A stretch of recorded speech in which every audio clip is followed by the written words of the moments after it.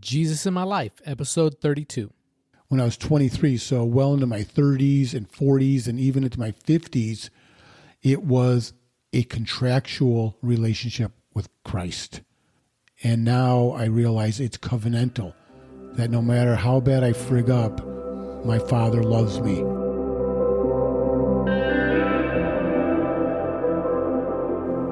Welcome to Jesus in My Life, a podcast with Rob and Jack, where we interview everyday people like me and you about their extraordinary experiences with our Savior, Jesus Christ. Welcome to another episode of Jesus in My Life. This is Jack, and this is my co-host, Rob. Hey, everybody. Today, we have a really special guest. They're always special, but this one's extra special. Andy. Andy is a lifelong entrepreneur, in my opinion, and a brother in Christ, and he has an awesome story that we're going to dig into today. Andy, welcome to the show. Thank you, Jack. Thank you, Rob. I appreciate it. All right. Well, we're going to jump right in. Andy, when did you get to know Jesus? Like, what is your story? Yeah, I'll tell you my story. And so as we sit here, I was asking the Lord, okay, just give me some guidance on this, because I'm famous for putting 5 gallons, trying to jam it into 55 gallons. so I'll try not to be too verbose. But anyway, what I realize now, especially sitting to Jack and Rob, is being a Christian is a journey. And I know we've all probably heard that before. But the reality is, it's a simple concept, accept Jesus, but it's a difficult thing because the spirit is always at, or I should say the flesh is at enmity with the spirit. Yeah. So you have that constant battle going on. But I'll tell you about my quick story about my salvation and then the journey that's emanated from there. So this was back in 1979. And I had transferred from Loyola University in Chicago to Arizona State in Phoenix, Mesa, Arizona.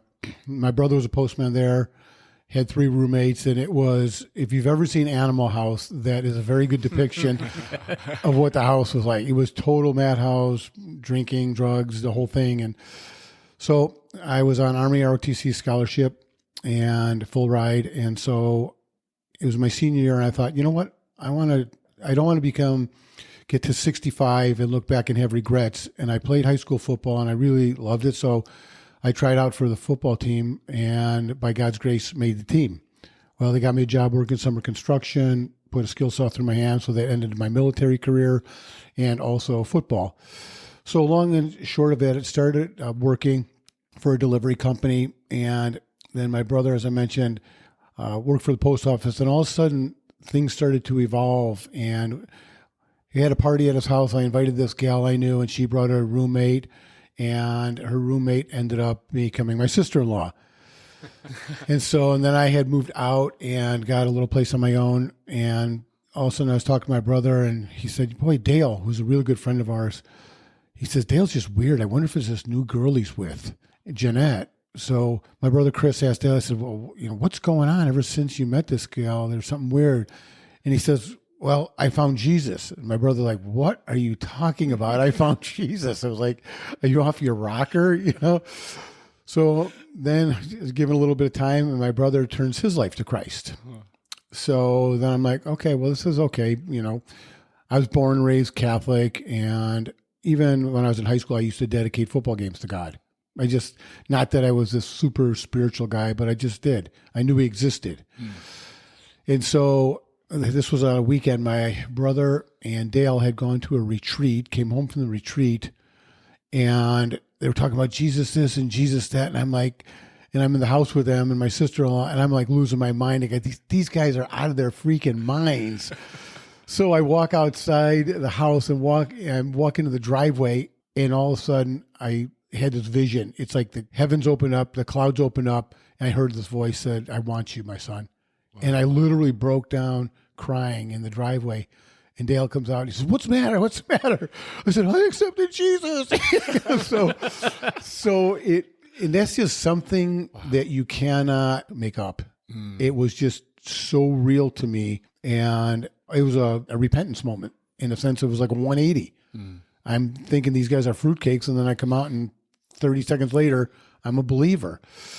So anyway, that starts the journey. And the reality is, what I realize now, especially looking back, when you're on your journey, you can be instantly saved, the saving grace of God. But as you read through the word, it talks about working out your salvation.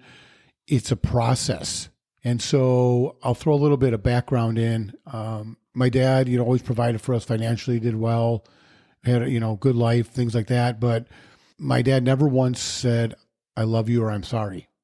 And that was the norm for me. I never realized it. And so what happened was I was in high school and being entrepreneurial, I would do all these things. And so I thought, well, let me start an auto detailing business. So I did, and just out of my parents' garage. And I remember my dad came out one day and said, man, that is an amazing job. And so what happened was my subconscious picked up, work hard, do a good job, and you get the love from your father. So that is where my workaholism began. And this was, like I said, when I was in high school. And then the other thing, and you'll find out why I'm telling you all this. The other thing was when, I don't know, I was probably 6 years old or something. My mom and dad got in a big fight, and my mom took this wicker basket of buns, threw it at my dad, because he and I were at the dinner table, and my siblings, they were gone. I don't know where they were. And so my dad laughed, and then my mom picks up this giant stack of dishes, slams on the floor and shatters everywhere, runs down into the basement, grabs her suitcase. Yeah, she's crying. I'm going home to my mother and blah, blah, blah. And runs into the bedroom and locks it. And so what do? When you're 6 years old, your mommy's everything. So I got down on the ground and started picking up the broken dishes. And that's kind of where, it leaves off. And so that's where my caretaking and people pleasing started. What did I do? Did I do something? I don't want my mommy to leave. Let me fix things and make it better. So fast forward to the future, and I'm 65 now, and this was probably 58. And prior to that, I always felt like a little boy around other men. And so you got to remember, I was saved September 23rd, 1980. So I was roughly 22, somewhere around there, 23. And so that's what I'm saying. So it goes from age 23 to age 58 where things started to change. But I felt like a little boy around men. And God, what is going on? And the people pleasing had such a grip on me because I wanted to be loved and accepted by people. Yeah. And so, I would just go bend over backwards. I mean, more than normal in business and whatnot to accommodate. And so what ended up happening, my family would get put on the back burner. Robbie would call, it's 5 o'clock. Hey, when you coming home? I'll be home about 6. Then all of a sudden I get a call at 8 o'clock at work. I thought you were coming home. Yeah, just a few more things to wrap up. And I'm out mopping the warehouse, make sure it's pristine because heaven forbid somebody's going to come over at midnight and check the warehouse.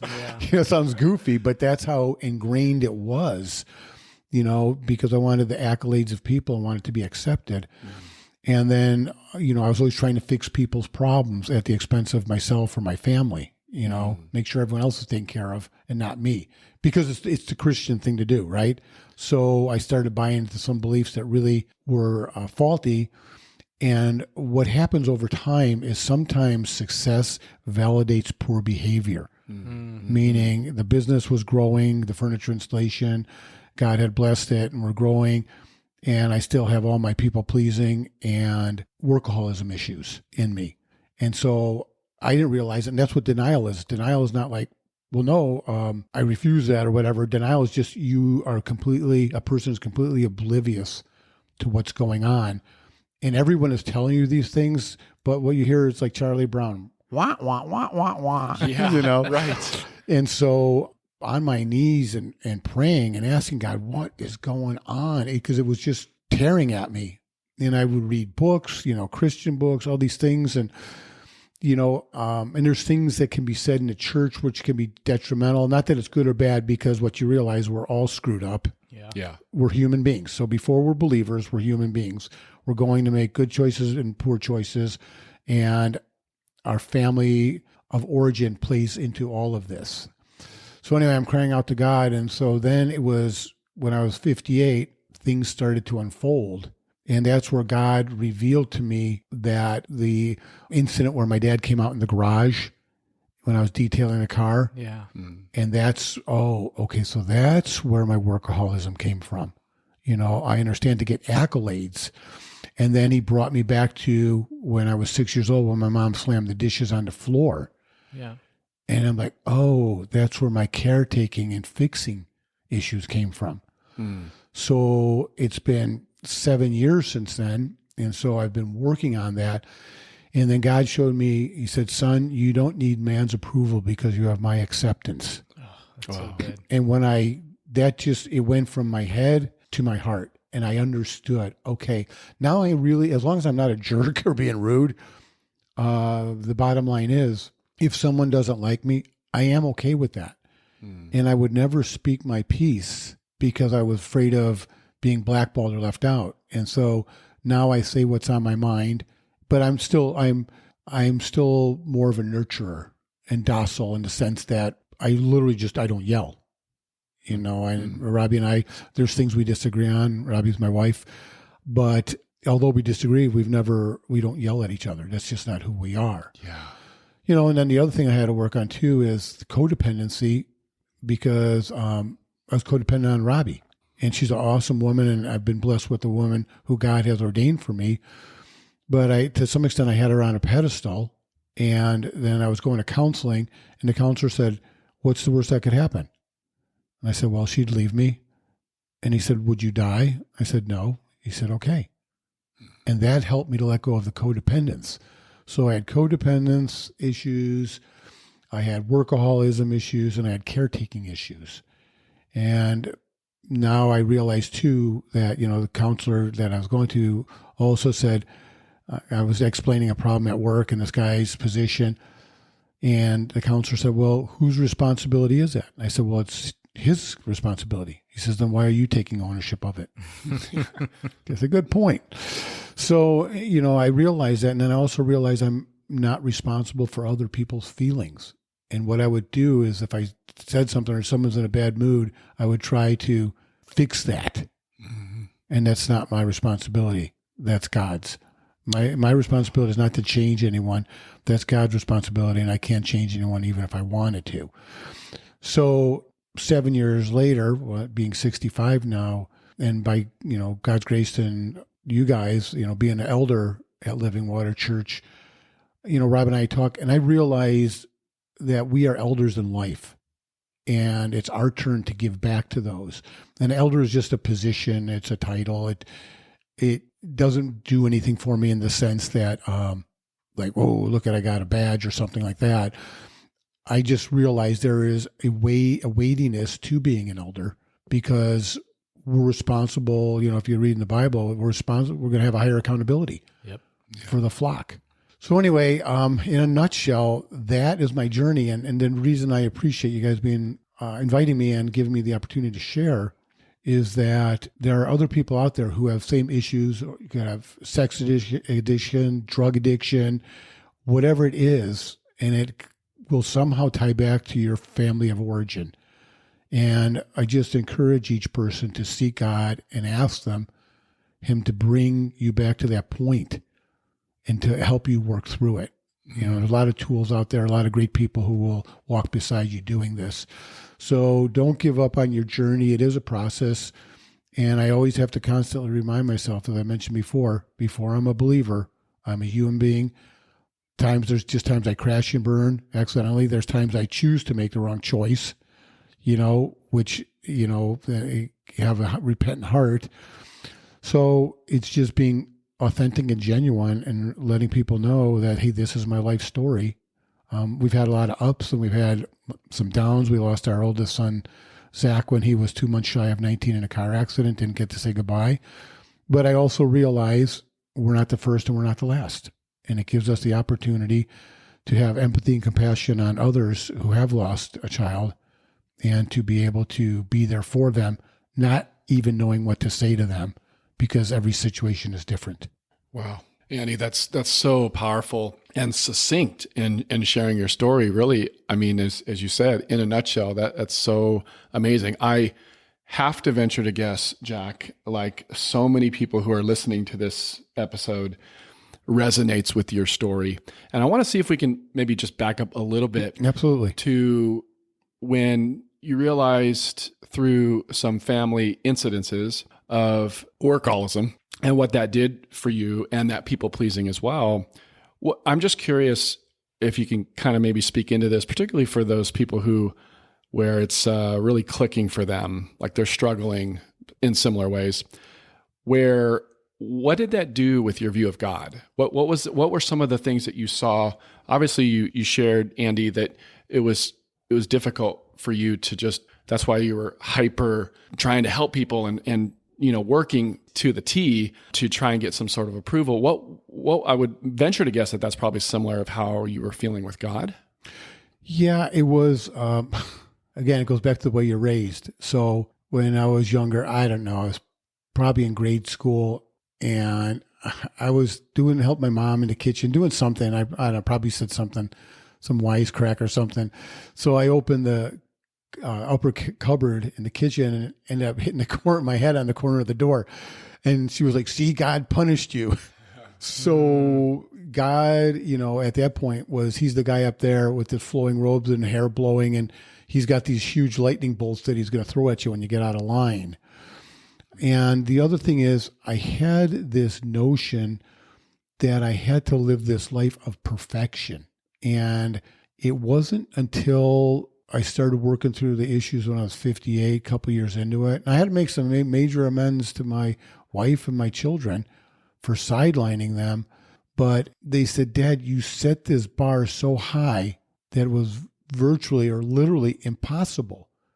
And so what I would do, you probably see those cut out cardboard figures, life size.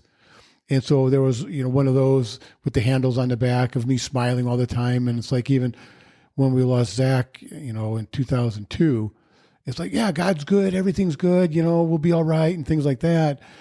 And that's denial. I mean, the reality was there was a lot of pain, but I had to portray this image that everything is A-okay, and I don't know if I really even consciously thought about it. Like, I can't let God down, but I've got to be there. I got to be this bulwark. And when we're not authentic and genuine, what happens is, picture yourself standing, there's a green dot and a red dot. You're standing on the red dot talking to somebody about an issue, whatever the issue is. But that red dot is your people pleasing. And so you're working, as you're discussing the issue, you're placating them. Whereas in your mind, you're really thinking, dude, just pull up the bootstraps and get with it. Mm-hmm. But you're not going to say that because, Andy, I'm not going to say that because I don't want to offend anyone. Yeah. Oh yeah, I see where you're coming from. I understand. So that's the relationship I built. Now, if I go over to the green dot and they're talking to this other Andy, see what I'm saying? So what happens, the green dot is the authentic and genuine Andy. The red dot is a facade. Yep. So what happened in the past, I built my relationships on facades. And so nobody ever knew who I really was until God started to move me from the red dot to the green dot. And so I don't know so much that I consciously thought, like, God, I'm not going to please you. But I thought it was, my relationship with Christ was a linear equation, meaning it's a if-then, ones and zeros, binary code. If I do this, then God will do this. So if I made an unwise choice towards sin, I'm ready for the other shoe to drop. And if I tried to do everything perfectly, then I earned God's grace. So got to remember, I turned my life to, as I mentioned, to Christ September 23rd, 1980. When I was 23, so well into my 30s and 40s and even into my 50s, it was a contractual relationship with Christ. And now I realize it's covenantal, that no matter how bad I frig up, my Father loves me. And I was listening to a song by, I think, King and Country yesterday on the way to work, Love Me Like I Am. And I just started crying because I realized he loves me like I am, good, bad, and indifferent, even when he knows when I choose to make a poor choice, so that was a huge change in me, going from contractual to covenantal. And so I just want to encourage anybody who out there listening to this, you're going to screw up. You're going to make good choices. You're going to make poor choices. It's inconsequential and irrelevant in the sense of your relationship with God, because he loves you for who you are. And that's all he cares about. And he wants to move you forward in life. Andy, there's so much I want to say. Like, I don't even know where to even Fire away, whatever. From all the things that I've just come across my mind. But the one that keeps coming back to me is what you said about being set free. Yes. Right? Like, we're all bondage to something, right? Yes. Tethered, whether our society would applaud, right? You were a hard worker. You were a successful businessman. You were living the American dream, right? Correct. But you were enslaved to it. Yes, and I was a believer enslaved. Exactly. Wow. And my wife puts it, she really, Robbie, very insightful. We go through life and we put on these coats, the coat of caretaking, the coat of people pleasing, the coat of workaholism, whatever they may be, and we don't shed them. And we're a believer, but we're laying all this bondage on us. Whereas God says, I want you to shed that, my son or my daughter, and get rid of it. You're free. So the weird thing is God was not keeping me in prison. I was keeping myself. Yeah, that's huge. The day I accepted Christ, he turned the key on the lock of salvation and opened up the prison doors and set me free. Yet I chose to sit in that prison, not even realizing I was in prison. That's so good. If that makes sense. No, it makes perfect sense. And it makes me think of John 8:32. Then you will know the truth, and the truth will set you free. And that is, and it's a process. And I imagine to some of you living out there, you are probably feeling the same thing. Like, I love the Lord. I serve him. I just want him. I want to be everything that he wants me to be and be who he's designed me to be. Yet you don't know how to be that. And that's because of your family history. And that's okay, because I know, and I'm a living testimony, and I still have a long way to go. But as you seek the Lord and ask him to reveal to you the familial history that's going on, and that is what's actually, that's your gyroscope. That's the best way I could put it, because in an airplane, they'll have gyroscopes, and that's how they have autopilot, because it knows where to go. And what will happen at times, we will white knuckle and say, okay, I'm tired of being a people pleaser. I'm just not going to do it. So what do? We do the old 180. Hey, can you help me? No, screw you. Right. Go do it yourself. Right? And so we actually force the change. But then what happens each day, a degree by degree, we go back to the gyroscope. So the reason I'm telling you all this is because God has to reprogram the gyroscope of our family of origin. I've got a lot of great stuff from my folks, hard work. I know they love me and care for me. But during the Depression, their folks lost everything. And so when I wanted to start a business, my dad said, they always encouraged me, take the safe route, things like that. And I'm like, well, when you're an entrepreneur, there is no safe route. Yeah, right. You make a bunch, you lose a bunch. It's just the way it is. It's part of life. And that's the God who's designed me to be. And I accept that. And I know that. I know who I am now. So anyway, just continue to seek God, ask him to reveal these things to you. And over time, he will reprogram your gyroscope. And again, I just emphasize two words: over time. At moments you will have things that instantly change. And then other times you're just going to have to work through it. You've lived it. Now you have to face it. And facing can be very painful.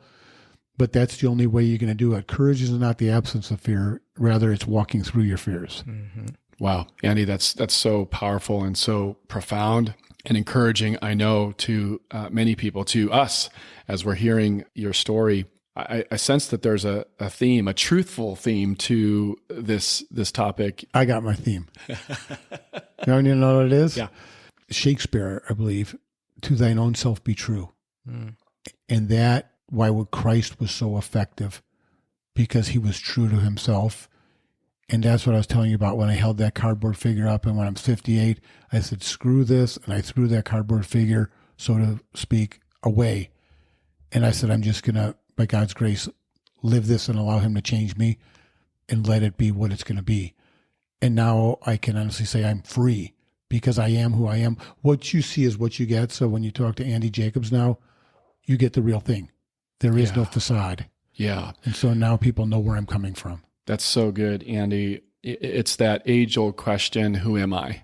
Yes. And it's who we really are. It's our identity. And oftentimes in life, for many people, we spend a whole lifetime trying to find the facade of who we are. And your story just resonates and explodes in finding who you are in Christ.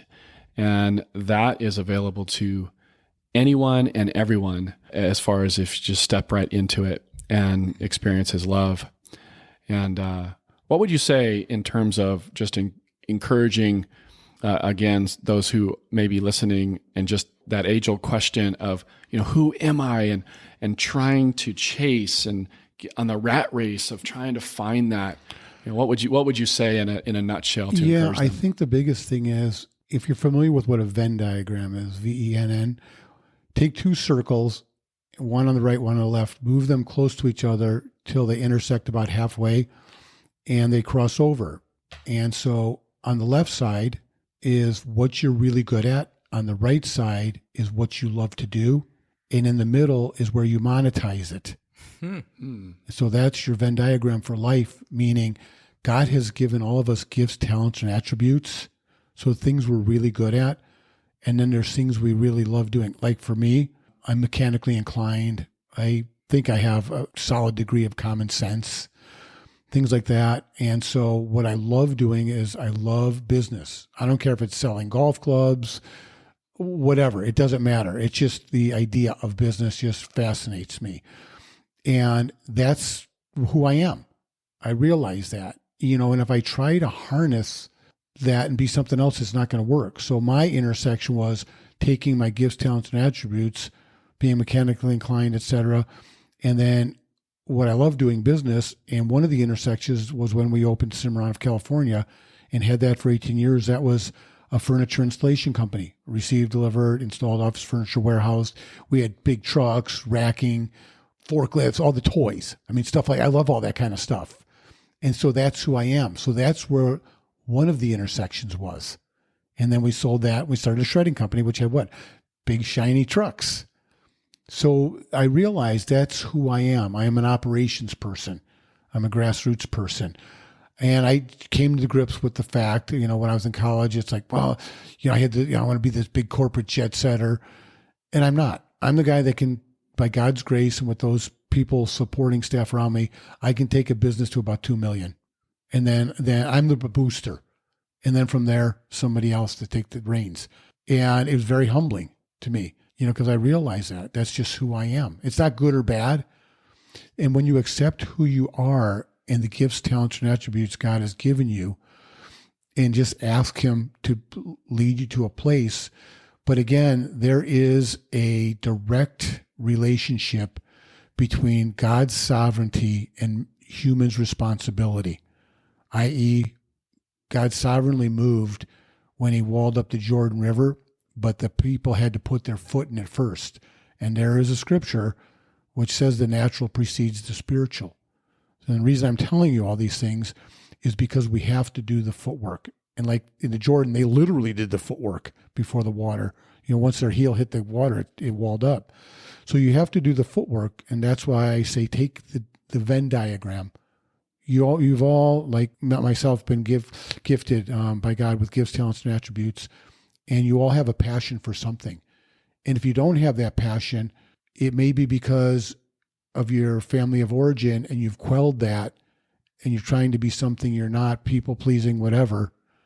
And so as you work through this, God will reveal these passions to you as you become free. And that's where you're going to be most effective. And I realize now it doesn't matter whether I earn $10,000 a year or 10 million. It's all God's anyway. And I'm just here as a steward of it. And it really is in my heart. My true passion is helping to move people ahead in life. I see these disasters. I immediately want to go and organize semis and get food out there. But that's who God's called me to be. So I realize those things. I'm in real estate now, and I believe he has something after this. I don't know when or what, and it's inconsequential. And Robbie, the thing is, he put us together because we're very similar in our passions like that to help others. So I hope that all makes sense. Absolutely, it makes sense. And we are so appreciative that you've come on to the show today to share your story. The foundation of Jesus in My Life podcast comes from the story in Luke chapter 8, where Jesus delivers a man from demons. And he is so thankful and so grateful for this transformation. And he says to Jesus, I want to now follow you. And Jesus says, no, I have a different assignment for you. I want you to go and share with your family what I've done for you. And I love this. We share this after every episode. And because it's worth sharing and putting on repeat, this man not only went to his family, he went to the whole town, to everybody, to his coming and going. Everyone needed to know this transformation that Jesus had done for him. And Andy, you've done that today, and I'm so grateful for you. Thank you for being vulnerable and even sharing your story. And I know it's encouraging many people who are tuning in and listening. So thank you so much. Oh, my pleasure. Thank you. Yeah. We'll see you all next time.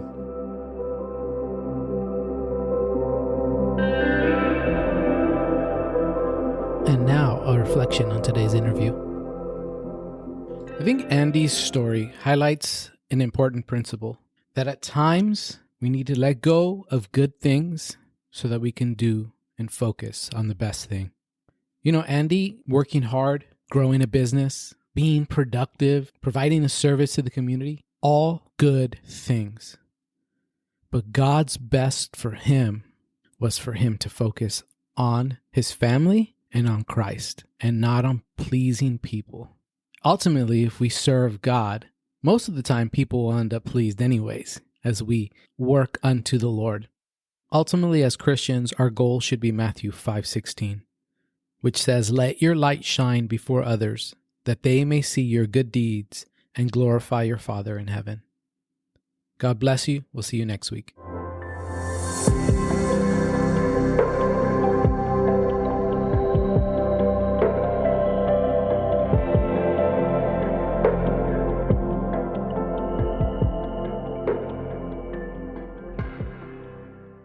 Thank you for listening to Jesus in My Life.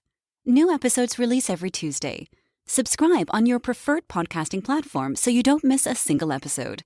If you have enjoyed this podcast, please consider sharing this podcast with a friend or family member. If you would like to help our visibility online, consider rating us and posting a review on Apple Podcast. Have an awesome Jesus in My Life story? Contact us at jesusinmylifepodcast@gmail.com.